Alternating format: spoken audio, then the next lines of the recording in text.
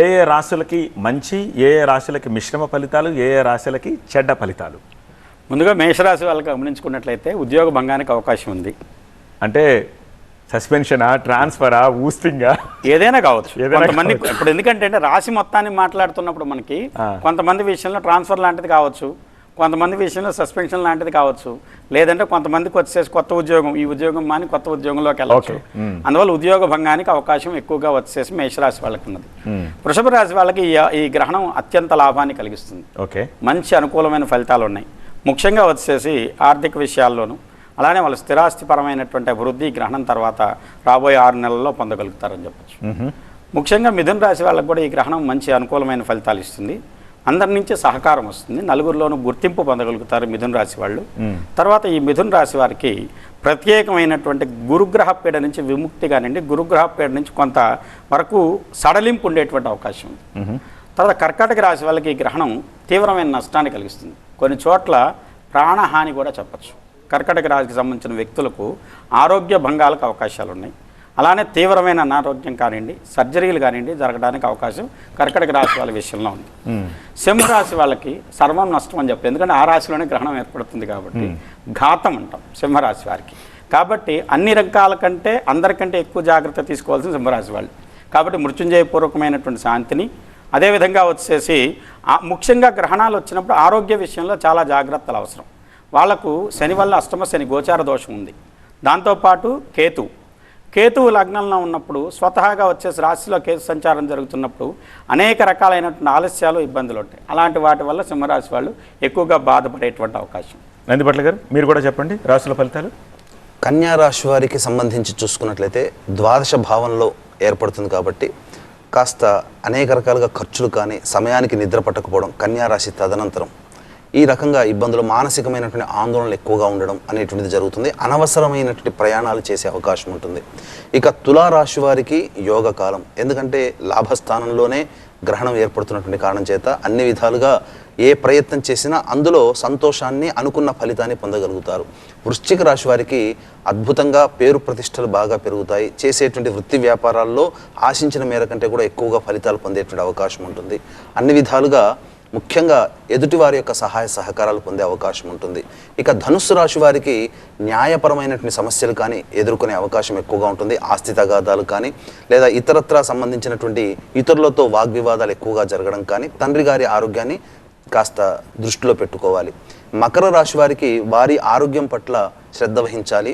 అలాగే ఆరోగ్యంలో ముఖ్యంగా రహస్య భాగమైనటువంటి ప్రాంతంలో అనగా గర్భస్థానంలో కానీ, అలాగే ఊరు స్థానంలో కానీ ఎక్కువగా ఎలర్జీస్ వచ్చే అవకాశం కానీ, అనారోగ్య సమస్యలు అనేటువంటివి ఉంటాయి. కుంభరాశిలో జన్మించినటువంటి వాళ్ళు భాగస్వామ్య వ్యాపారం చేస్తున్నట్లయితే కాస్త భాగస్వాములతో అనుకూలంగా వెళ్ళేటువంటి అవకాశాన్ని చూసుకోవాలి. భార్య భర్తతో, భర్త భార్యతో అనుకూలంగా ఉండాలి. ఒకరి మాటను ఒకరు గౌరవించుకోవాలి. అలాగే ఇతరులతో వాగ్వివాదాలు పెట్టుకోకుండా ఉంటే మంచిది. మీనరాశి వారికి మాత్రం అన్ని విధాలుగా సహాయ సహకారాలు, శత్రుంజయము అనేటువంటిది సూచిస్తుంది. అలాగే వారు ఏ ప్రయత్నం చేసినా అనుకున్న దానికంటే ఎక్కువగా తమ శక్తి సామర్థ్యాలను చూపించడం ద్వారా ఆ అనుకున్నటువంటి ఫలితాన్ని ముందుగానే పొందేటువంటి అవకాశము, అలాగే కోర్టు న్యాయవాద సంబంధించినటువంటి విషయాల్లో వాళ్ళందరూ కూడాను అభివృద్ధి చెందుతారు.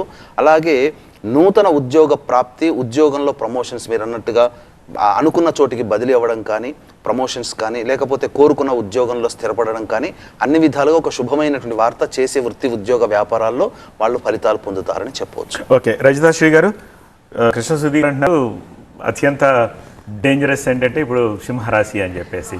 సింహరాశిలో 3 నక్షత్రాలు ఉంటాయి. స్పెసిఫిక్గా పలానా నక్షత్రం వారికి ఇంకా ఎక్కువ ఎఫెక్ట్ అనేది ఏమైనా ఉంటుందా, లేకపోతే రాశి మొత్తం మీద ఇంపాక్ట్ ఒకేలా ఉంటుందా?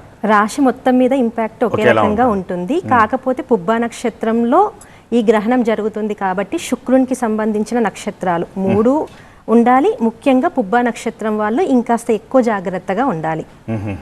సో ఆ పర్టికులర్ నక్షత్రంలో వస్తుంది కాబట్టి ఆ నక్షత్రం ఈ రాశిలోనే ఉంది కాబట్టి, ఈ రాశిలోనే ఉంది కాబట్టి అదర్వైజ్ ఏదైనా ఒక రాశి మీద ప్రభావం చూపిస్తున్నప్పుడు ఆ రాశి మీద ఉండే నక్షత్రాలు ఒకేలా ఉంటాయి.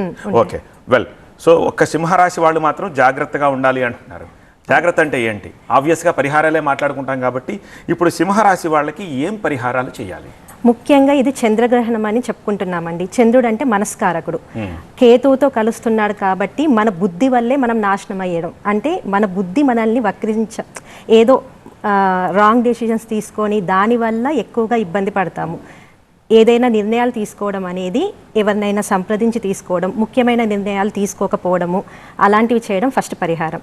ఇంకా శాస్త్రం ప్రకారం వస్తే ఆ గ్రహణానికి సంబంధించి కేతువుకి ఉలువలు, చంద్రునికి బియ్యము, అలాగే నాగు ప్రతిమ వెండిది, చంద్రవంక మనం రాగి పాత్రలో పెట్టి పండితులకి లేదా పూజారులకి దానం ఇవ్వడం, అలాంటివి మనం చేసుకుంటాము. కానీ ముఖ్యంగా మనం ప్రాక్టికల్గా ఆలోచిస్తే మన బుద్ధి వల్ల మనం నాశనం అవ్వడం అనేది ఉంటుంది కాబట్టి మనం ఆలోచనలో ఏదైనా తప్పు నిర్ణయాలు తీసుకోకుండా సంప్రదించి తీసుకోవడం అనేది ముఖ్యము. ప్రయాణాలు చేయడంలో కానీ, ఆరోగ్య విషయంలో కానీ, రిలేషన్స్ విషయంలో కానీ, అలాంటి అన్ని విషయాల్లో కూడా కొంచెం కేర్ఫుల్గా, అది ప్రాక్టికల్ రెమెడీ. మనల్ని మనం మార్చుకునే స్థితి. ఇప్పుడు కేతు అంటే విరక్తి, ఒక మోక్షం అండి.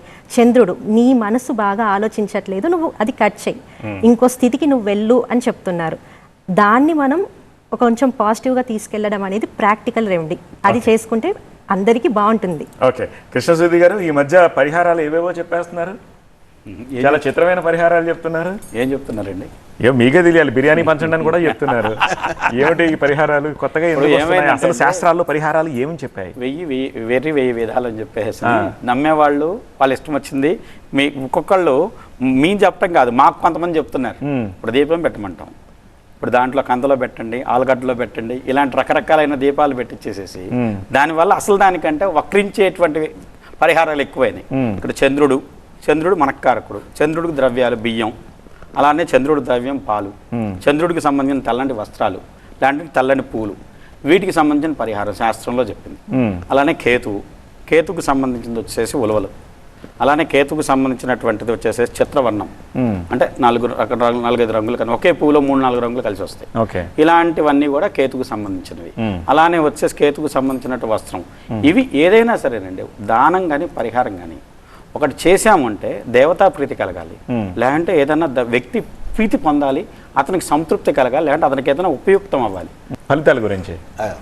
ఫలితాల గురించి ఎప్పుడైతే కూడా గ్రహణము వదిలిన తర్వాత ఎవరికైతే ఈ దోషం ఉన్నవాళ్ళు, ఇప్పుడు పెద్దవాళ్ళు వీళ్ళంతా కూడా చెప్పిన విధానంగా వాళ్ళ శాస్త్ర విధానం వంటి బియ్యము కానీ, తెల్లటి వస్త్రం కానీ, తెల్లటి పుష్పాలు కానీ, మరి రకరకాలమైనటువంటి కొంతమంది ఏం చేస్తారంటే కంచు పాత్రలో నెయ్యి వేస్తారు.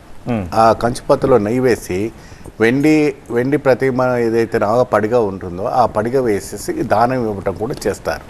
అది ఇవ్వటం వల్ల కూడాను ఈ యొక్క చంద్రగ్రహణ దోషం నివారణ కూడా పోవడానికి జరుగుతుంది. ఏదైతే కూడా ఈ పుబ్బా నక్షత్రంలో ఏర్పడుతుంది కాబట్టి వాళ్ళు ముఖ్యంగా చిన్నపిల్లల నుంచి స్త్రీలైనా పురుషులైనా ఎవరైనా కూడా ఇది ఇమ్మీడియట్గా 24 అవర్స్లో వీళ్ళు ఆ దానానికి ఇవ్వడానికి ఏర్పాటు చేసుకుంటే చాలా మంచిది. ఓకే, సో దానము ఇవన్నీ కూడా చేయాలండి. ఎందుకంటే 24 గంటల లోపు చేయాలి.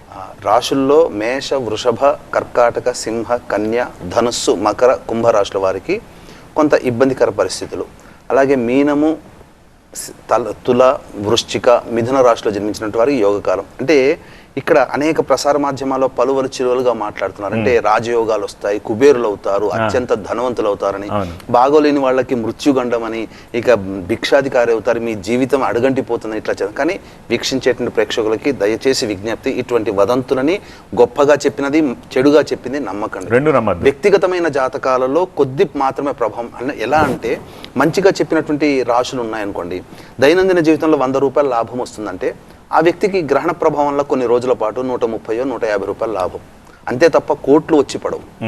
అలాగే ఒక వ్యక్తికి జీవితంలో ఇబ్బందులు ఉన్నాయనంటే దైనందిన జీవితంలో నష్టపోయేది 100 రూపాయలు అవుతే ఇంకొద్దిగా ఎక్కువగా 20 రూపాయలు, 120 రూపాయలు నష్టం.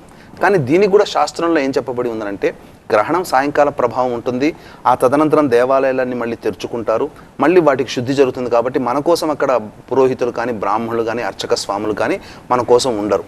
కాబట్టి తెల్లవారు లేచి కాలకృత్యాదులన్నీ తీర్చుకొని శివాలయానికి వెళ్ళి మనస్ఫూర్తిగా ఆ ఈశ్వరుడికి ఎవరికైతే బాగోలేదని చెప్పారో వాళ్ళకి వారి పేరు మీద, కుటుంబ సభ్యులందరి పేరు మీదనైనా కానీ అర్చన, అభిషేకం జరిపించుకొని రాజన్ గారు చెప్పినట్టుగా ఒక కంచు పాత్ర లేదా ఇత్తడి పాత్ర, ఇప్పుడు ఎవ్వరికీ అంత శక్తి లేదు. అతి సామాన్య మానవుడు కూడా మట్టి పాత్ర దొరుకుతుంది. ఆ మట్టి పాత్రలో శుద్ధమైన ఆవు నేతి వేసి అందులో వెండి చంద్రబింబము, వెండి నాగబింబము వేసి మన ముఖాన్ని అందులో చూసుకొని బ్రాహ్మడికి దానం చేయడం. కొంతమంది తీసుకోకపోవచ్చు. ఆ సందర్భంలో కూడా దేవాలయంలో ఎలాగో దేవతా వృక్షాలు ఉంటాయి, రావి చెట్టు కానీ మారేడు వృక్షం కానీ, ఆ వృక్షం కింద ఒత్తి వేసి దీపారాధన చేసి తదనంతరం బ్రాహ్మణుడికి ఈ యొక్క సోమోపరాగ చంద్రగ్రహణ దోష పరిహారార్థం అని చెప్పి బ్రాహ్మణుడి ద్వారా సంకల్పం చెప్పుకొని నల్ల నువ్వులు, ఉలువలు, బియ్యము, గోధుమలు ఈ 4 వస్తువులు శక్తి కొలది, పావు కిలోనైనా శక్తి ఉన్నవాళ్ళు కిలోంబావైనా ఎంతైనా కానీ ఒక అలాగే బియ్యం మన పంచల చాపు బ్రాహ్మడికి ఇచ్చి స్వయం పాకం, వీలైతే బ్రాహ్మడికి స్వయం పాకం దక్షిణతో సహా దానం చేస్తే సత్యగారు దర్భచాప కూడా ఇవ్వటం కూడా శాస్త్రం చెప్తుంది. ఓకే, ఆసనము దర్భశాస్త్రము కూడా ఇవ్వటం. తర్వాత పాకోలం, ఏదైతే పాకోలలో పాకోలు కూడా బ్రాహ్మణులకి దానం చేయడం, గొడుగు దానం చేయటం, అలాంటి చేయటంలో కూడా చాలా పుణ్యశాస్త్రం. అన్నిటికంటే ముఖ్యంగా ఆచరించవలసింది, మనం ఈ రోజున ఆనందంగా మన 5,000 నోట్లోకి వెళుతున్నాయనంటే మన పితృదేవతల ఆశీర్వచనం. వాళ్ళు చేసిన పుణ్యఫలమే మనం ఈ రోజు అనుభవిస్తున్నాం. కాబట్టి గ్రహణ కాలంలో ఖచ్చితంగా తల్లిదండ్రులు గనక మరణించినట్లయితే గ్రహణం విడుస్తున్న సమయంలోనైనా కానీ తర్పణాది కార్యక్రమాలు చేసుకోవాలి. లేదా గ్రహణ తదనంతరం బ్రాహ్మణి పిలిపించి కనీసం శక్తి ఉంటే పిండ ప్రదానం చేయవచ్చు. సాయంకాలం పూట చేయడానికి అవకాశం ఉండదు. ఈ దేవుని పూజించా, అమ్మవారిని పూజించా, మనకు అమ్మవారు రక్షించిందని అంటారు. మనం రక్షించేది మన పితృస్వామ్య, పితృలోక వ్యవస్థ మనల్ని రక్షిస్తుంది. ఆ లోకం ద్వారానే పితృదేవతల అనుగ్రహంతోనే మనకున్న కుటుంబంలో అన్ని మంచి శుభకార్యాలు, మన జీవితంలో అభివృద్ధి అన్నీ జరుగుతాయి. అందుకనే ఎప్పుడు కూడా ఈ పితృకార్యాలు వదలకూడదు. అందున గ్రహణ సమయంలో తర్పణాది కార్యక్రమాలు విధిగా చేయమని శాస్త్రం.